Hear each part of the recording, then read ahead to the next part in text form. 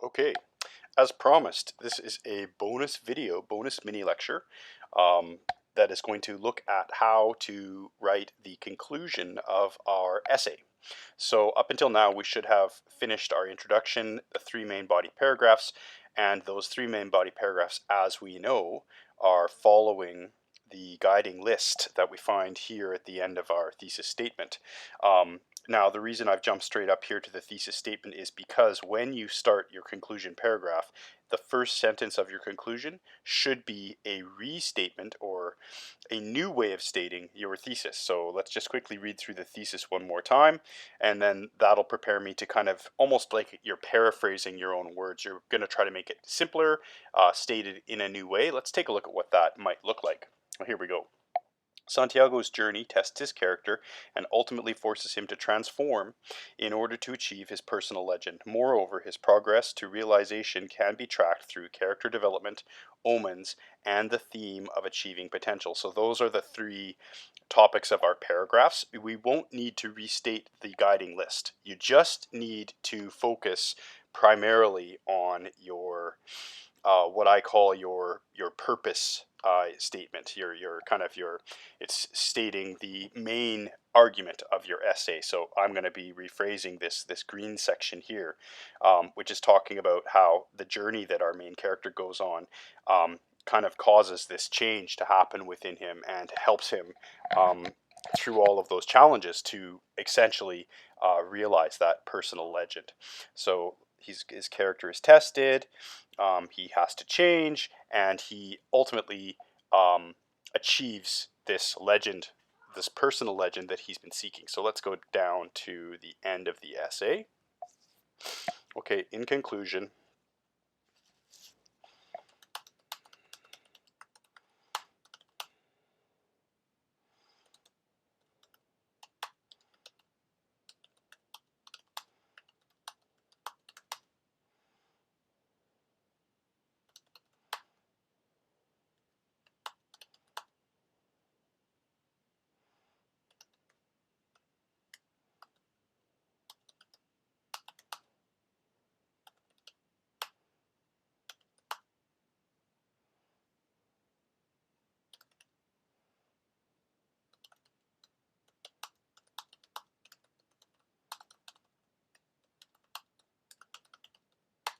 good.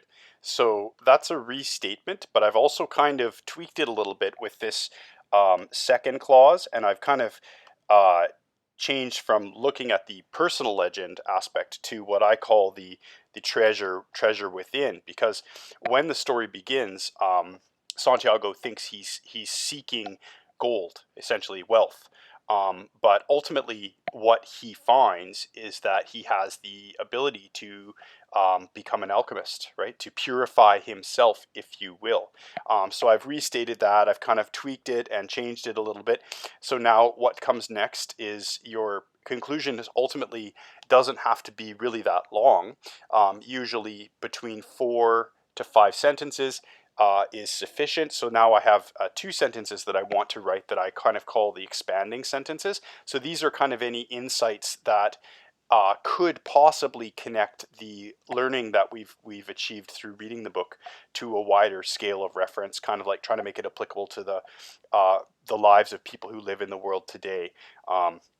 So let's see what those sentences might look like. In conclusion, it is the challenges that confront Santiago that push him to change. This allows him to reach his goal, which is to discover the treasure within. So I might even talk about at the beginning, the young hero thinks he is searching for physical treasure, but as it turns out, he is actually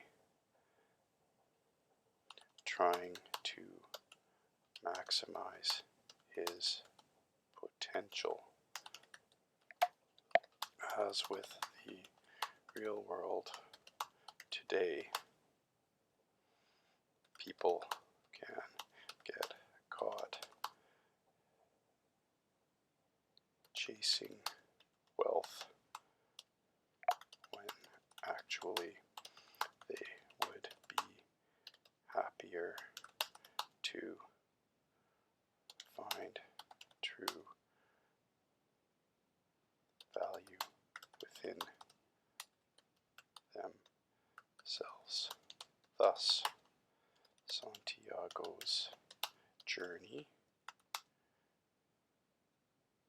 can cast light on how humans can find gold and happiness within. Okay, so as I stated, it's 4 sentences long. Let's just go up here and take a look at the word count.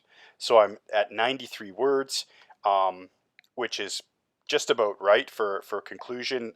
In my original video about essays, when I talked about the structure of an essay and the length of an essay, I believe I said anywhere from 75 words to 100 words for your conclusion. So that's right kind of in that sweet spot, that Goldilocks spot right in the middle, where it's not, where the porridge is not too hot or the porridge is not too cold. It's just right.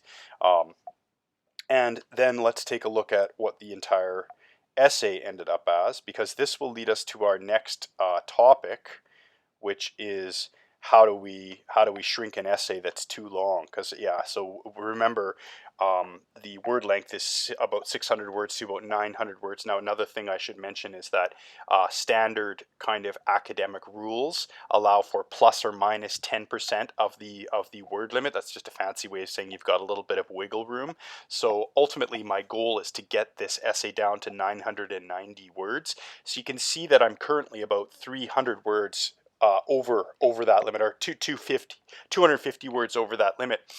So tomorrow I will be creating a video that will look at my strategies or methods for going through the essay and trying to remove unnecessary phrasing, sentences, ideas. Maybe even I might end up tossing an entire triad of support from one of my main body paragraphs. But we'll look at that tomorrow, and the reason why I'm not going to do that right now is because, as I recommend, you should always allow for 24 hours of a minimum of 24 hours of soak time from when you finish your first draft to when you go back and do your kind of first hard edit and do your revisions and reductions or additions depending on where your word length is. So I'm going to allow myself that 24-hour window soak time, and then tomorrow I will bang out another video that will look at my strategies to reduce down to fit the word limit. Now, ultimately, I should mention that you do have to make a decision here as a writer. You have to kind of weigh the benefits. If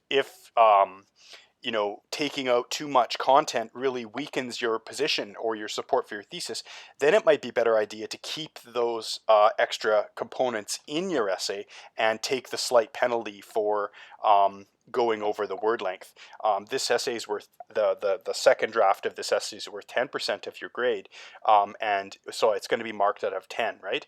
And if you are over the word length, you lose 1 point. So it's just a 10% deduction over the overall score that you could potentially earn on your essay. So you have to make a choice. You have to say to yourself, is it wiser to lose that point, or is it wiser to to take out the content? Will I lose more points if I take out the additional content because the essay doesn't have the same type of support that it had before? So there are a lot of things that you have to consider with this type of writing assignment, and that's what makes it complex.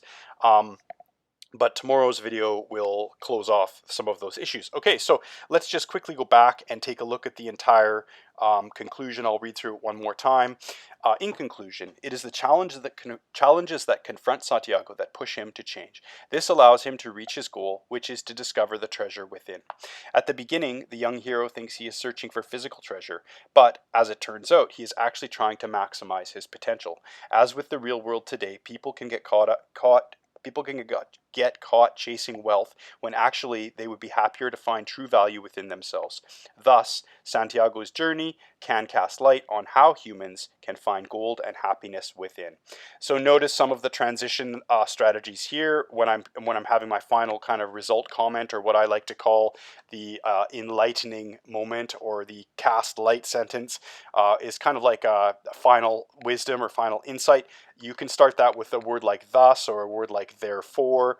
If you're making a similar point, you could use moreover or furthermore. But again, it's a good idea to utilize these types of transitional cues. Just like we put in conclusion at the beginning, we also have thus to mark off our final closing idea. Okay, so hopefully this helps you. Today you should be writing your conclusion. Then you should allow yourself that soak time. Tomorrow we'll take a look at how to shrink down to our word count. Awesome. Keep writing.